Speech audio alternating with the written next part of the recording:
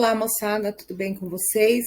Com vocês, mais uma vez, a professora Cláudia Fávero, de Língua Portuguesa, do Colégio Semeador, ok? O nosso assunto de hoje é a coerência. Coerência tem vários tipos, né? Hoje nós trabalharemos sobre a coerência na área da semântica, ok? É a aula 12 da frente 3B, ok? Então, o que nós temos que lembrar? O que é coerência, né? A coerência é o que? A concatenação de ideias entre as frases. Elas acabarão se contradizendo ou então quebrando a linha de raciocínio. E quando isso acontece, nós dizemos que houve o quê? A coerência textual, né? Então, quando não existe incoerência e quando existe o sentido coerência. A coerência é o resultado da não contradição entre as partes do texto e do texto com relação ao mundo, ok? Bom, quando nós falamos também em coerência de um texto ou de um enunciado, tem-se como foco o quê? O sentido produzido por eles. Então, estamos trabalhando aí na área da semântica, no todo, né? No sentido produzido pelas palavras.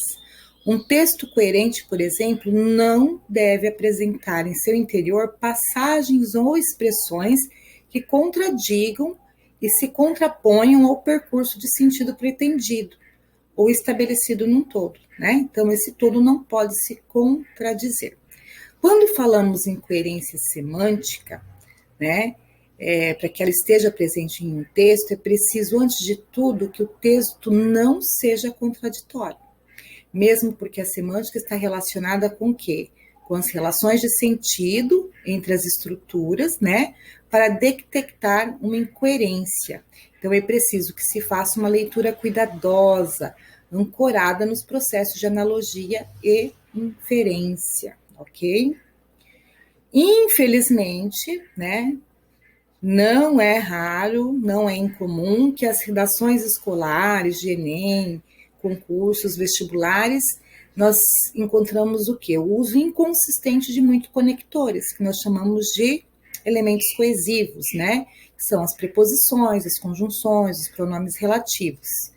Então, esses conectores, né, o uso deles estabelece relações o quê? Falsas ou contraditórias ao desenvolvimento do raciocínio. Quando as escolhas vocabulares prejudicam o nível de sentido que se constrói no enunciado, então nós temos o quê? Uma situação de incoerência interna, que é o que nós vamos ver hoje, tá? A incoerência interna e a externa, ok? Bom, note que essa dificuldade decorre diretamente de uma falha na coesão, dado que a seleção lexical, ou seja, a escolha das palavras, né, deve, em tese, garantir que o texto se organize de modo preciso e correto, quanto aos aspectos formais, a fim de atingir clareza de sentido.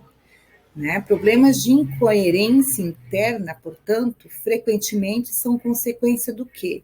De uma imprecisão quanto a determinadas opções formais em nosso texto. Vamos ver um exemplo disso, tá?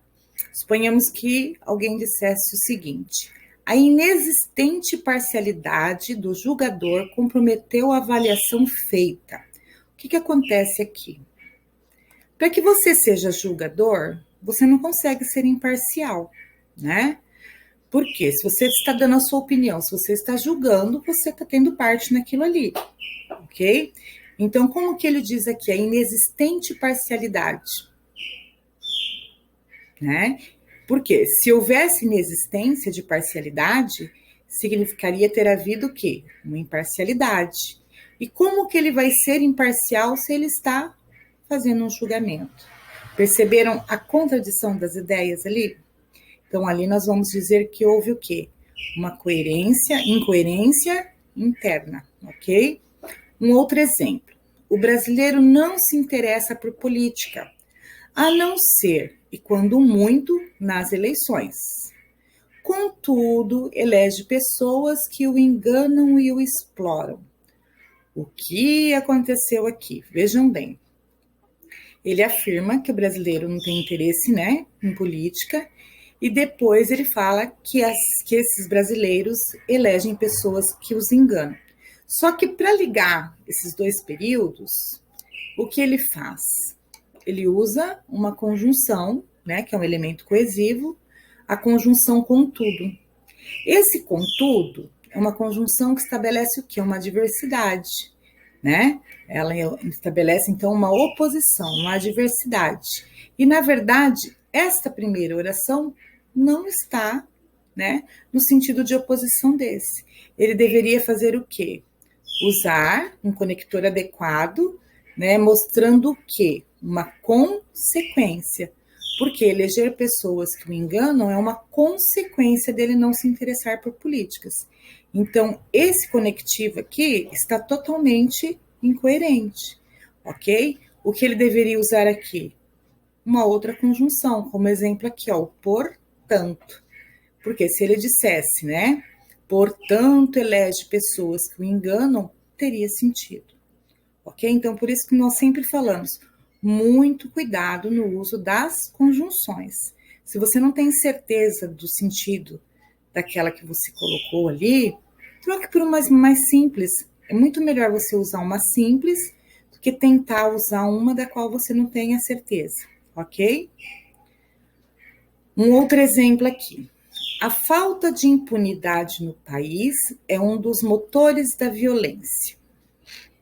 A falta de impunidade, né? Essa expressão, a falta de, é o que pecou ali. Por quê? Impunidade já diz que não tem punição, né? Então, como a falta de impunição? Percebem? Então, simplesmente ele dizer, né? A falta de punição no país é um dos motores da violência, ou a impunidade no país é um dos motores da violência. Não precisa de repetir, né, as duas ideias, ok? Incoerência. A dupla negação, também usar, né, palavras de sentido negativo duas ou mais vezes é um fator de risco para a coerência interna, tá? Então, olha lá. Em muitas situações de comunicação, tendemos a reforçar, enfatizar mensagens negativas. Isso pode levar ao emprego de duas expressões de negação. Um grande jornal brasileiro chegou até a usar uma campanha publicitária num slogan que tinha uma repetição, né, dessas expressões de negação. Lógico que se eu falar para você não, não, não, eu simplesmente enfatizei esse não. Eu repeti, mas não tem incoerência. Mas olha o que aconteceu nesse jornal aqui. Eles colocaram, não dá para não ler. O que acontece aí nessa operação? Né? Nessa operação lógica ali de dupla negação. Quando se decodifica a frase, como que ela fica? Não dá para não ler. É o imperativo, porque ele está, né, dando uma ordem, então ficaria leia. Simplesmente leia, tá? Então, o resultado ali dessa negação, ele não mostra, na verdade, uma afirmação. Ele vai acabar mostrando a negação, porque é tanto não, que é, né, da impressão de não. Então, o verbo no imperativo leia ficaria muito melhor, ok? Aqui, então, incoerência. Olhem essa, que bacana, né? Nós ouvimos isso normalmente quando alguém faz algo que não é tão interessante, algo de errado. Eu não fiz nada. O que acontece aqui, ó? Eu tenho não e eu tenho nada. Duas palavras de negação, né? A conclusão lógica dessa confissão aí é: se nada eu fiz, é porque algo eu fiz, né? Uma reflexão maior sobre a linguagem e os efeitos de sentido que o ato dessa comunicação admite poderia gerar uma frase mais precisa, né? Onde não houvesse nenhum equívoco e bem mais sofisticada. Eu nada fiz. Muito melhor, não é? Ali, não vi nenhuma pessoa lá. Não e nenhuma. Duas palavras de expressão negativa. Não havia ninguém. Correto? Quais são as expressões negativas? A gente fala que é a família do N, né? Negativa de N. Então, aqui, não, nem, nada, nunca, nenhum e ninguém. Então, muito cuidado com essas expressões, ok? Não, nem, nada, nunca, nenhum e ninguém. Mas são só essas com N? Não. Existem algumas outras expressões, como essas aqui, ó. Deixar de, desistir de, impedir que, sem que, a menos que, parar de, ok? Então, imaginemos uma frase que reunisse várias expressões negativas. Olhem ali. Ele não vai deixar de desistir de parar de ficar sem fumar. Jesus, né? Na verdade, ali ele fuma ou não fuma? Fica até confuso. Então, como sabemos que a cada duas expressões ali negativas temos uma afirmação, o que acontece? Predomina a negação. Já que houve 5 expressões negativas, prevalece ela sobre a afirmação. E dá para se concluir ali que ele não fuma, né? Mas imagine tantos nãos, tantas negativas ali, incoerência, tá ok? Existe uma música do Skank, composta, né, pelo Samuel Rosa, na verdade a letra é de Nando Reis, que se chama, até esqueci o nome da música agora, Uma Partida de Futebol, tá? Que foi justamente durante a Copa. Na música ele diz o seguinte, ó, não adianta, não há garganta que não pare de berrar. Não adianta, não há garganta que não pare de berrar. Olha as palavras negativas, né? Não, não, não. O que aconteceu neste caso ali? Então, a gente sabe que essa é a reação dos torcedores no momento de gol, né, de uma partida, e o texto pretende afirmar que os torcedores berram, né? Mas a colocação de uma expressão negativa a mais, o não ali, acaba levando o que? A expressão por um silêncio por parte da torcida. Ele acaba sendo incoerente. Então, na verdade, ele não conseguiu dizer que eles berram, que os torcedores berram. Eles acabam dizendo que fazem silêncio. Por quê? Vejamos aqui, ó. Não há garganta que não berre, certo? O resultado aqui é o berro. Não há garganta que pare de berrar. Assim, o resultado também é o berro. Mas no texto original ele fala, não há garganta que não pare de berrar. Então, nesse caso, acaba tendo o silêncio, ok? Então, essa seria a coerência, interna, ou seja, dentro do meu texto, ok? Então, vamos falar agora um pouquinho sobre a externa. Externo, o próprio nome já diz, né? Não está dentro do meu texto. Essa incoerência eu vou conseguir realmente percebê-la com elementos fora do meu texto. Bom, também é frequente, né, nos depararmos com textos que ferem esses dados da realidade. O estranhamento crucial causado por um trecho que fere a coerência externa só pode ocorrer a partir de uma capacidade de leitura e de um repertório apto a detectar a imprecisão ou impertinência na expressão, ok? Vamos ver aqui um exemplo para que isso fique mais claro.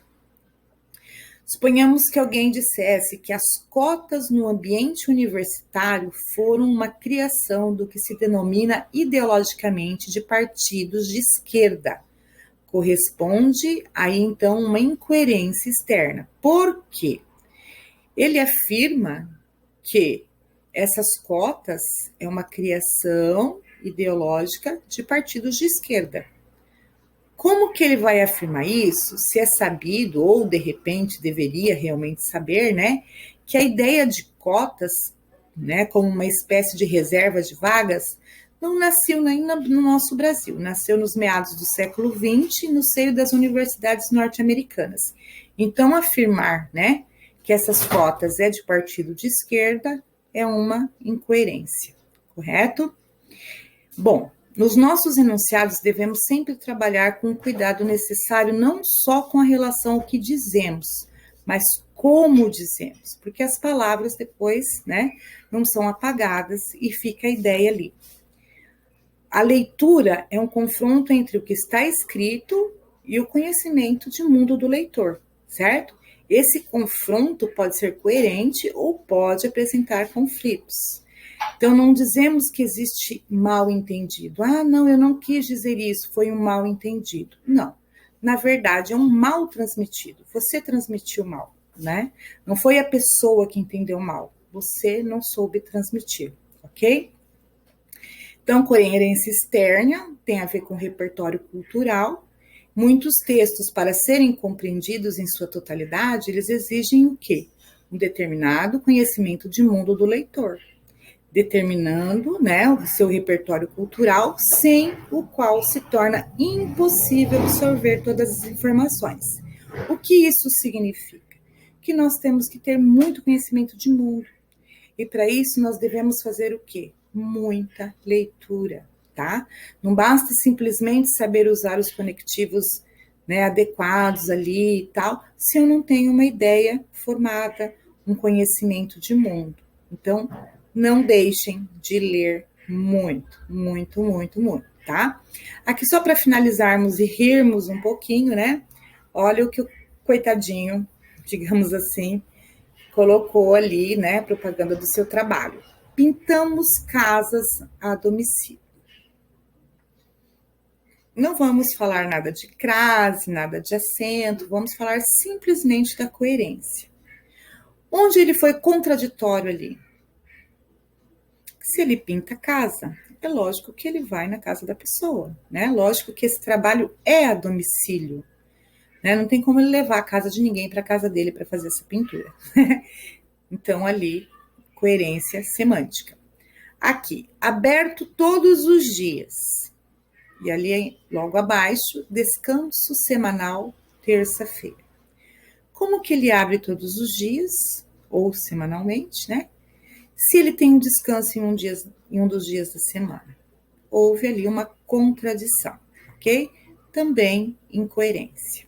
Bom, não deixem de fazer as atividades, tá? Da frente 3B, sobre coerência, tanto a interna como a externa, e nos vemos nas aulas online, né, na próxima semana, para tirarmos as dúvidas desses exercícios.